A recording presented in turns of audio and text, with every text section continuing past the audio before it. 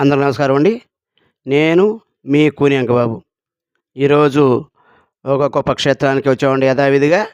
ఇదేందంటే గతంలో మనం భైరవ కోన అని వీడియో చేసుకున్నాం. వేడి నీటి బుగ్గ, వేడి నీళ్ళతో ఉన్నటువంటి ఇది శ్రీకాళహస్తి దగ్గరగా. ఇది కూడా శ్రీకాళహస్తి దగ్గరగానే ఆ యొక్క భైరవ కోనకి ఎదురుగా ఉన్నటువంటి క్షేత్రం ఇది.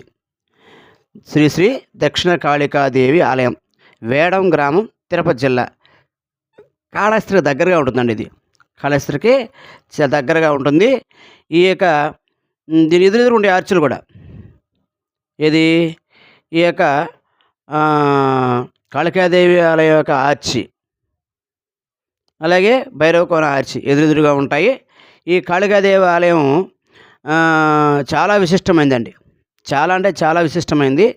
ఈ తిరుపతి జిల్లా వాసులే కాకుండా చుట్టుపక్కల వాసులు కూడా ఇక్కడికి వస్తూ ఉంటారు. విశేషమైన పూజలు చేస్తూ ఉంటారు. ఇక్కడ విశేషమైన పూజలు చేస్తుంటారు.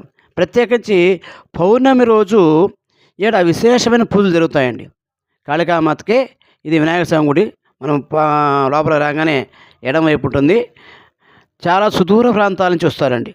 చాలా అంటే చాలా సుదూర ప్రాంతాల నుంచి వస్తారు. విశాలమైన ప్రాంగణము ఈ మధ్య కట్టబడింది. అయినా కానీ చాలా ప్రాచుర్యమైనటువంటి ఆలయం ఇది. శ్రీ శ్రీ కాళికాదేవి ఆలయం. దక్షిణ అంటే మన కాళికాదేవి అనగానే మన కలకత్తా గుర్తొస్తుంది, నార్త్ ఇండియా. కానీ ఇక్కడ దక్షిణ భారతదేశంలో అన్నట్టుగా దక్షిణ కాళికాదేవి ఆలయాన్ని నిర్మించారు. చాలా చక్కగా ఉంది. ఇక్కడ అన్ని ఏర్పాట్లు, భక్తులకి ఏ లోటు రాకుండా అన్ని ఏర్పాట్లు ఉన్నాయి. మనకి కాళహస్తి నుంచి నేరుగా ఆటో సౌకర్యం ఉందండి. కాళహస్తి నుంచి నేరుగా ఆటో సౌకర్యం ఉంది. సొంత వాహనాలు కూడా రావచ్చు. మేము మా పిల్లలతో కలిసి చెప్పాం కదా, పోయినసారి టూర్కి వచ్చాం కదా, ఇది భైరవ కోన, సహస్రలింగాల కోన, ఇవన్నీ కూడా చూసామన్నమాట. గుడిమల్లం ఆ క్రమంలో ఇక్కడికి తీసుకోవడం జరిగింది. మీకు లోపలంతా విశేషాలు చూపిస్తాను. చూడండి అమ్మవారి ప్రతిమలు వివిధ రూపాలలో. కాళికాదేవి అంటే ఎవరు? పార్వతీదేవి. ఆమె యొక్క రూపాలని, వివిధ రూపాలని ఇక్కడ ఏర్పాటు చేసినారు. అద్భుతంగా ఉంచండి. కాత్యాయనదేవి అంటే అద్భుతం. అంటే ఎట్లా ఉందంటే చిన్న నిజానికి అమ్మవారే అక్కడ కొలువేరా అన్నట్టుగా ఉందండి. వినాయకుడు సిద్ధి బుద్ధి. మనం వినాయక స్వామి గుళ్ళో స్వామి ఒకరే ఉంటారు, కానీ ఇక్కడ అంతా ఏర్పాటు చేశారు. పరమేశ్వరుడు, పార్వతీదేవి, వినాయక స్వామి, పక్కనే కుమారస్వామి. ఇది గుడి ప్రాంగణం అంటే గుడి అంతరాలయంలో వెనక పక్క ఉంటుందన్నమాట. ఇదంతా మా గర్భాలయం చుట్టూ మనం ప్రదక్షిణ చేస్తున్నాము. ఇక్కడ చూడండి, సుబ్రహ్మణ్య స్వామి, శ్రీవల్లి దేవసేనమ్మ.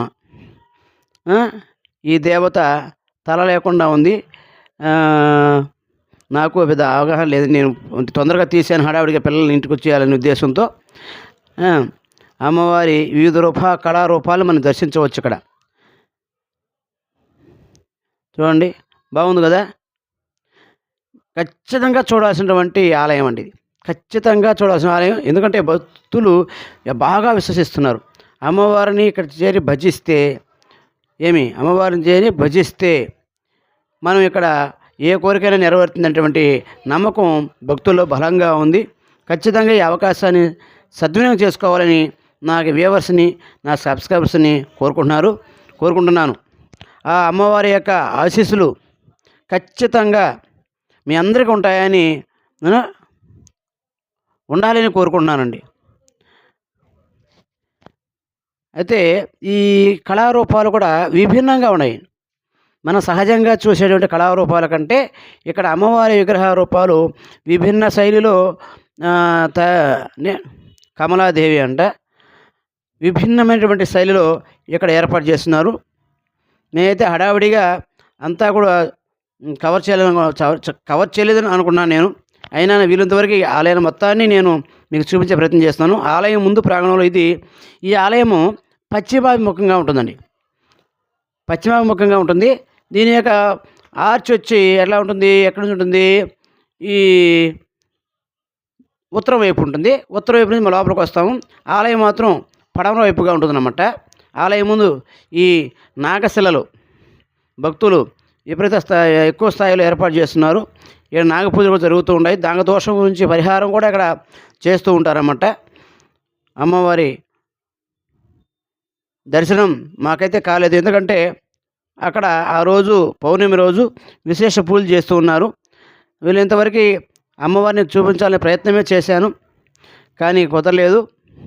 ఈసారి భక్తులు స్వయంగా వెళ్ళి అమ్మవారిని దర్శించుకొని అమ్మవారి ఆశీస్సులు పొందుతారని ఆశిస్తున్నాను నేను. కాళికామాత ఆలయం చూడండి, విభిన్న రూపాలు ఎలా ఉంటే ఆ విగ్రహాల్లో కూడా సజీవం అట్టే ఉట్టిపడుతోంది. సజీవం అట్లే సజీవంగా ఉన్నట్టుగానే మనకు తోస్తుందన్నమాట. తారాదేవి తారాదేవి.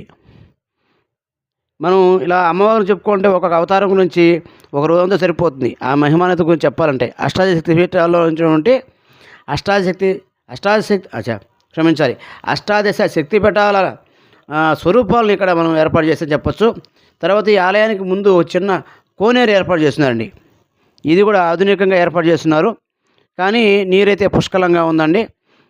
ఈ అమ్మవారికి తెప్పోత్సవం లాంటివి దీంట్లోనే నిర్వహిస్తారు. అయితే పరిసరాలు కాస్త ఇంకా అంటే ప్రారంభంలోనే ఉంది కనుక ఎక్కువగా అభివృద్ధి చెందలేదు. ఇప్పుడిప్పుడే భక్తులు తాకిడి ఎక్కువ అవుతుండడంతో ఒక్కొక్కటి కార్యక్రమం బాగా చేసుకుంటూ వస్తున్నారు. ఇక్కడ కూడా